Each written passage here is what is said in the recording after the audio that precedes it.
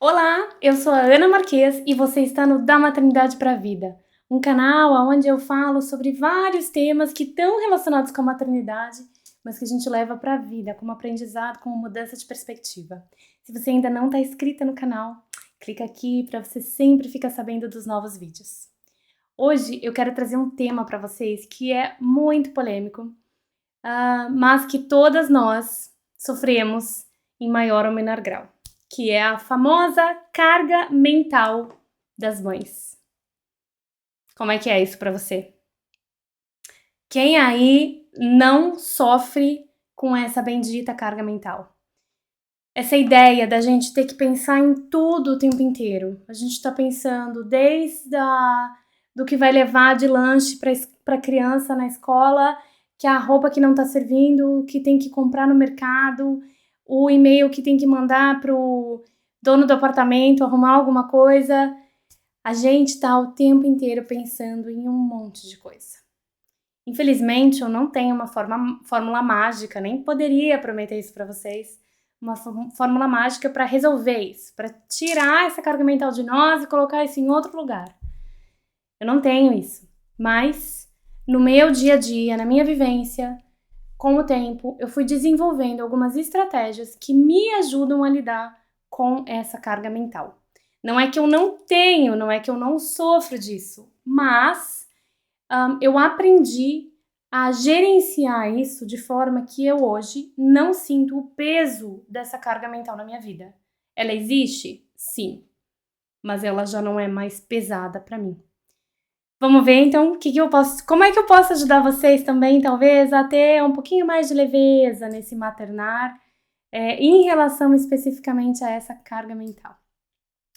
A primeira coisa, né, eu percebo que muitas vezes nós, mulheres, estamos em relacionamentos com homens que nem sempre assumem o seu papel de adultos responsáveis pelo funcionamento da casa e da família.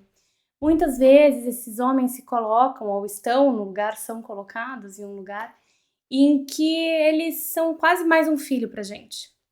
Ou seja, o cara trabalha, o cara traz dinheiro, muitas vezes são provedores da casa, né? Mas quando o assunto é a casa, os afazeres da casa e das crianças, eles não atuam, né?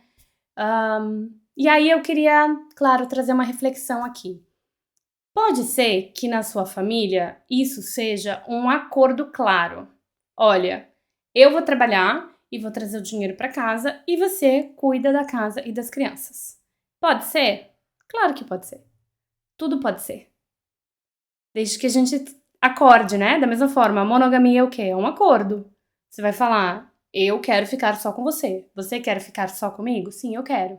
É um acordo. O que eu percebo? Muitas vezes existe uma diferença entre o que a mulher espera e acredita que deva ser feito e o que o homem espera e acredita que deva ser feito.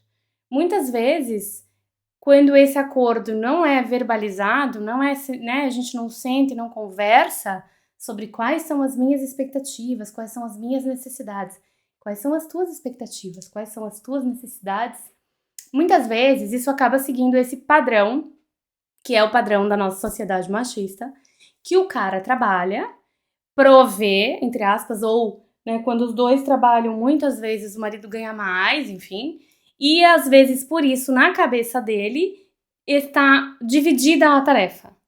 Já que eu trabalho mais, ou eu me estresso mais, ou eu ganho mais, então você vai cuidar. Mas isso não foi acordado e não foi conversado. Então, muitas vezes as mulheres se sentem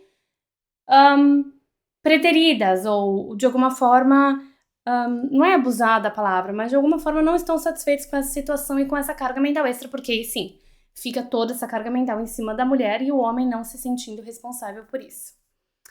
Um outro ponto que eu acho que ainda é mais comum é quando homem e mulher trabalham fora, homem e mulher têm, né, estão fora o dia inteiro e ainda assim toda essa carga, todo esse pensamento fica com a mulher. E eu pergunto de novo, isso foi acordado? Você sentou já e conversou com o seu parceiro sobre as questões que estão sobre a sua gestão, que você cuida, que você pensa, que às vezes ele não tem nem ideia do que está acontecendo? Infelizmente, tô partindo do princípio que a gente é criado numa cultura machista. Muito raramente esse homem aprendeu em casa que ele deveria ser responsável pelas coisas, porque a maioria de nós, com raras exceções, teve também pais que não foram participativos nessa rotina do dia a dia e que não tiveram essa responsabilidade compartilhada com a mulher. Maioria de nós vem de famílias em que a mãe cuidava de tudo isso e a mãe tinha essa carga mental e o pai, né, saía para trabalhar. Acontece que, claro, com a mudança das gerações e com tudo que aconteceu, a gente hoje também sai para trabalhar e a gente então fica com essa carga de trabalho dobrada, triplicada, enfim. Então acho que a primeira coisa que eu sugeriria e que a gente fez aqui em casa, sentar para conversar, nomear as coisas que pegam mais pra gente, aonde que é difícil, o que é difícil pra mim ter que cuidar sozinha, o que eu gostaria de compartilhar, de delegar, qual é o acordo que a gente tem? É um acordo de que não, você trabalha mais, ganha mais, então eu faço mais em casa, ou não, né? Aqui em casa, hoje eu não tenho um horário fixo de trabalho, assim, tão rígido, né? Mas por muitos anos eu trabalhei em empresa daquele horário que tinha que ir bater cartão e tal, antes do Covid, né? Não tinha home office, tinha que ir bater cartão e tal. E o acordo que a gente tinha é: os dois trabalham fora. Enquanto os dois estão em casa, é compartilhada a responsabilidade de tudo. Tem coisas que eu gosto mais de fazer? Tem. Tem coisas que ele gosta mais de fazer. Como é que a gente pode ajustar, né? Esse compartilhar não precisa ser divisão meio a meio de tudo. Esse compartilhar pode ser inteligente. Pode ser tipo, cara, você cuida então de pagar as contas, que eu detesto, e eu cuido de fazer o mercado, que não é uma coisa que eu amo, mas não é uma coisa que eu detesto. Pode ser? Pode ser. Ou o contrário, eu cuido dos investimentos porque eu gosto e você cuida de passar o aspirador na casa, por exemplo. O que eu percebo muitas vezes é que as mães carregam essa carga mental, e acho que é o ponto que eu queria trazer aqui. As mães e as mulheres carregam essa carga mental, mas nunca houve um momento de sentar e rever esse acordo invisível. Nunca houve um momento de nomear pro cara, pro teu parceiro, pro companheiro, marido, tudo o que tem na tua carga mental. Porque se essa pessoa não aprendeu, se essa pessoa nunca observou isso, é muito provável que ele não tenha noção do quão pesado é, do quantas coisas você tem em mente. E eu e o Fernando, a gente tinha um acordo também que, mesmo quando eu tava de licença maternidade, né, que eu ficava em casa, então eu não estava trabalhando fora. Mas, cara, ficar em casa com um bebê é muito trabalho. E a gente tinha esse acordo que esse era o meu trabalho oficial. Tô falando entre aspas, mas assim, né? Era um trabalho não remunerado, mas era o meu trabalho. Então, às 8 horas que ele estava trabalhando, eu não estava em casa fazendo nada, eu estava 8 horas trabalhando. Então, quando ele chegava em casa, não era tipo ele chega em casa e vai descansar e eu fico lá me ferrando. Ele chegava em casa e aí a gente compartilhava as responsabilidades. A gente compartilhava as atividades. Era exatamente meio a meio? Não, acho que não era, não. Porém, existia essa ideia acordada. Eu acho que isso é importante falar. A gente precisa fazer o movimento de fazer o acordo. As coisas não acontecem de forma tão natural quanto a gente gostaria. Não é automático para eles. Não é automático essa organização de família. Mas pra gente tinha esse combinado. Era um combinado. Cara, enquanto você tá fora trabalhando, eu tô aqui. Eu só não tô fora, mas eu tô aqui trabalhando. Então, eu também tô cansada à noite, então vamos compartilhar. Eu sei que tem muitos maridos que não entendem, eu sei que tem muitos homens que não acreditam que é pesado. E aí, o que eu gostaria de trazer como sugestão é: não adianta a gente entrar num embate de quem tá mais cansado. Isso não traz nada de bom para ninguém. Isso não ajuda. Entrar num embate de quem tá mais cansado vai deixar vocês só mais cansados e mais distantes. O que eu faço aqui quando a gente tem um assunto delicado para tratar, difícil, onde eu sei que é muito, muito provável que a gente entre numa briga, onde eu sei que é muito provável que a gente tem opiniões diferentes e são opiniões carregadas de sentimento, de mágoa, de ressentimento, o que a gente faz? Como o Sun Tzu do Arte da Guerra fala, né? Você não vai no campo do inimigo brigar com ele. Não é nessa hora que você vai conquistar o território. Você vai se fortalecer. Então, no caso, né? Se acalma, entra num lugar bom mental, escolhe um momento em que esteja tudo bem, em que vocês podem conversar, seja um jantar aqui, é sempre no jantar romântico que a gente resolve fazer isso. E acaba não estragando o jantar romântico, porque a gente já tá com essa ideia mental de que é um momento gostoso e que a gente vai discutir problemas difíceis ou questões difíceis de uma forma gostosa e respeitosa. Escolhe um momento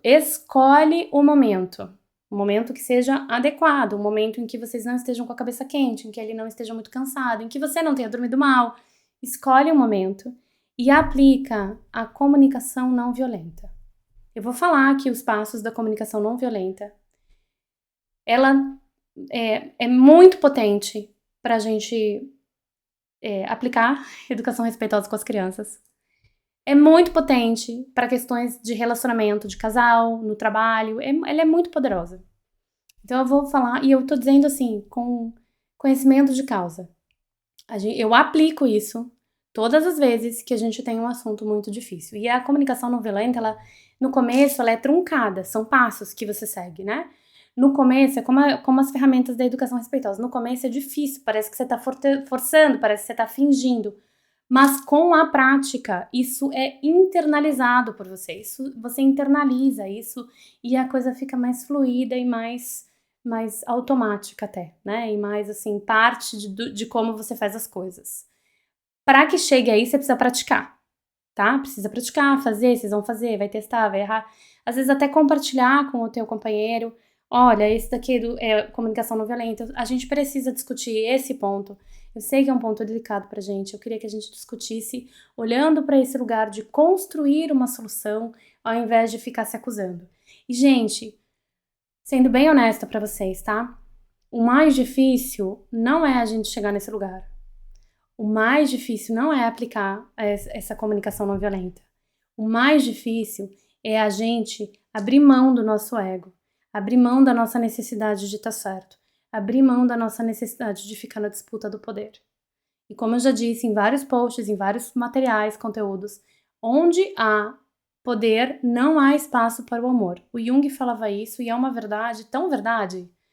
Aonde você estiver discutindo, querendo estar certa, querendo dizer que você tá mais certa, que o outro tá errado, querendo entrar no lugar da acusação, querendo entrar no lugar da disputa de poder, não vai dar certo. Por isso que precisa ter um trabalho interno antes, para você se colocar nesse lugar do amor, nesse lugar do chegar junto, de construir algo e não ficar preocupado em discutir quem tá mais cansado, quem tá certo, quem tá errado, tá? Os passinhos, então, como que você pode conduzir essa conversa com o seu parceiro? Porque, para mim, essa questão da carga mental tem 2 pontos principais e iniciais. Nomear para a pessoa tudo o que passa na tua cabeça, porque a gente não deve partir do princípio que o outro sabe. As pessoas não têm como ler a nossa mente.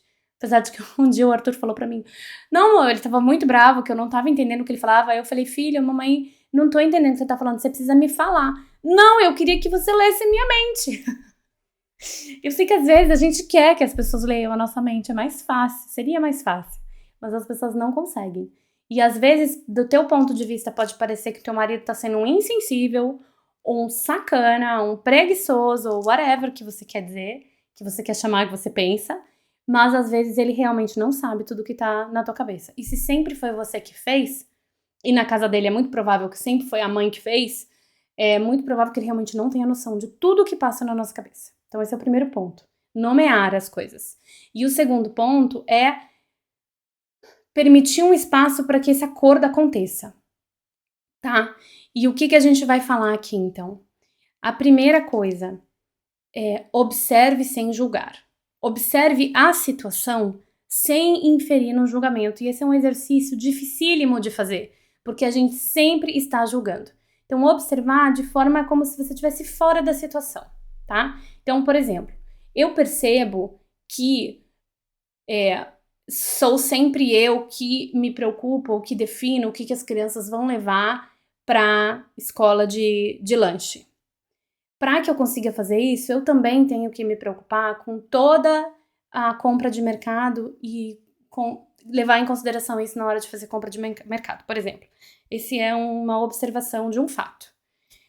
O segundo ponto, você vai pensar em como você se sente a respeito disso, né? Daí é uma coisa bem pessoal. Quando isso acontece, eu me sinto sozinha. Quando isso acontece, eu me sinto sobrecarregada.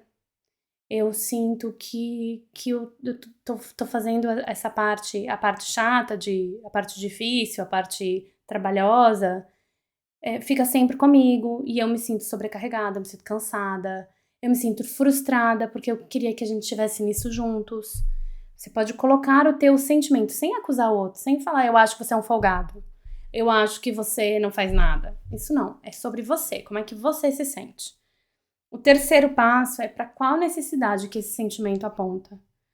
Então, por exemplo, eu gostaria, ou eu tenho a necessidade de que você seja meu parceiro nessa. Eu queria que a gente pudesse estar juntos nessa. Eu queria não me sentir sozinha. Eu queria sentir que eu tenho com quem contar, por exemplo, tá? Tô dando alguns exemplos, mas você vai fazer o exercício com você. E aí a gente precisa olhar para nossa necessidade e entender se é possível que elas sejam atendidas. Porque pode ser que a gente tenha necessidades que não é o outro que vai atender. Por exemplo, pode ser que a gente tenha necessidades que são do âmbito interno nosso, que no fundo a gente vai descobrir que, cara, quem tem que resolver isso sou eu. Tá? E aí, por último, a gente vai fazer um pedido. Será que tem como a gente dividir, então, essas tarefas que me ocupam tanto, que me pesam tanto mentalmente? Tem como, por exemplo, eu ficar responsável por me preocupar com a limpeza da casa e com os produtos que a gente tem que comprar? Às vezes, se você tem diarista, organizar as coisas com a diarista, etc. E você fica responsável pelo lanche das crianças?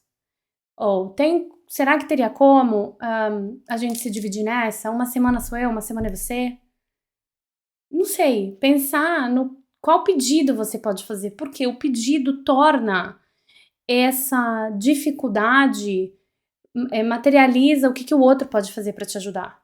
Porque às vezes o outro não sabe o que fazer para te ajudar. Ele não sabe como ajudar. Primeiro, às vezes ele não sabe nem do nível do problema. Segundo, ele não sabe como ajudar. E aqui eu não tô querendo colocar nenhum homem como vítima da situação, tá? De forma alguma eu tô tentando fazer isso. Eu acho que falta muita iniciativa. Acho, tá? Acho que falta iniciativa, acho que falta uma cultura de enxergar realmente esse trabalho invisível, que é o trabalho das mulheres. Isso tudo é um problema e é uma questão desse nosso sistema patriarcal, mas estamos todos inseridos nele. Todos temos vantagens e desvantagens dentro dele. Ninguém sai ileso, nem os homens. Eles não saem ilesos desse sistema. Esse sistema também pune eles em muitos lugares. Pune muito mais a nós, com certeza, sem dúvida alguma. Mas o foco aqui não é a gente ficar pensando no quanto a gente está sendo penalizada. É tipo, o que eu faço com isso? Como é que eu, na minha ação, na minha forma de lidar com essa questão, vou encontrar no meu parceiro, no meu marido, empatia? E não vou entrar numa disputa e numa briga. Entende? Mas isso é muito difícil. O maior exercício é sair desse ego ferido. É sair desse lugar de mágoa que quer jogar pro outro, que tem raiva, que tá ressentida, porque é isso que acontece com todas nós. A gente fica ressentida. E a gente fica com raiva. E se isso vai cozinhando em nós, isso só vai crescendo. Tá bom? Tem muito mais coisa pra gente falar sobre carga mental. Mas eu queria primeiro deixar, né, esse primeiro ponto aqui que eu acho que é um dos que mais pega pra nós, que é como que a gente tá com o nosso parceiro, com o nosso marido, como é que a gente se sente tão sozinha nesse lugar, né? E eu queria escutar de vocês. Tá fazendo sentido isso que eu trouxe? Faz sentido esse conteúdo? Vocês querem mais? Querem que eu traga mais coisas? Porque tem muito mais para falar sobre como a gente fazer essa gestão. Mas eu queria primeiro saber se reverbera, se ajuda, né? Se fez sentido. E queria deixar a gente com essa mensagem aqui sobre autorresponsabilidade. A gente, infelizmente, está nesse mundo patriarcal, né? A gente nasceu nele. Todos nós. Queiramos nós ou não. E muitas vezes eu já me senti extremamente feminista, extremamente, assim, mulheres, tipo, nossa, a gente precisa revolucionar isso e tal. E muitas outras vezes eu percebo o quanto essa cultura está absorvida em mim também, né? Então é esse orar e vigiar, é esse o tempo inteiro estar atentas pro que a gente fala, faz, entendendo que a gente não é vítima desse sistema, apesar de, sim, sofrer muito com ele. Mas a gente pode ser atuante para mudar essa realidade. E isso parte da gente entender a nossa autorresponsabilidade com tudo que está acontecendo. Tá bom? Se você gostou do vídeo, dá um like, encaminha para alguém, quem sabe sugere conversas interessantes com os seus parceiros, com as suas amigas, e me conta aqui nos comentários como que isso tudo chegou para você. Um grande beijo e até a próxima!